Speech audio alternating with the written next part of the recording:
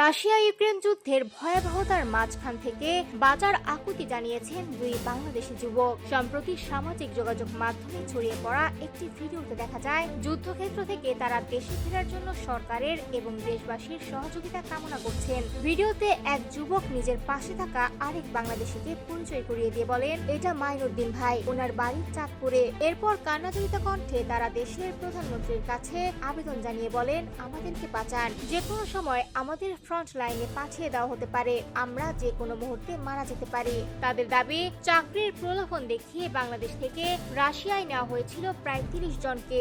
বলা হয়েছিল নির্মাণ কাজ কিংবা কোম্পানিতে চাকরির সুযোগ দেওয়া হবে, কিন্তু সেখানে পৌঁছানোর পর বাস্তবতা ছিল সম্পূর্ণ ভিন্ন। তারা জানান, রাশিয়ায় পৌঁছানোর পর তাদের দুটি দলে ভাগ করা হয়। এরপর মাত্র 3 থেকে 4 দিনের প্রশিক্ষণ দিয়ে যুদ্ধক্ষেত্রে পাঠিয়ে দেওয়া হয়। 5-6 জন করে তাদের ফ্রন্ট লাইনে মোতায়েন করা হয়, যেখানে প্রতিনিয়ত চলছে ড্রোন হামলা, গ্রেনেড বিস্ফোরণ এবং মাইন বিস্ফোরণের ঝুঁকি।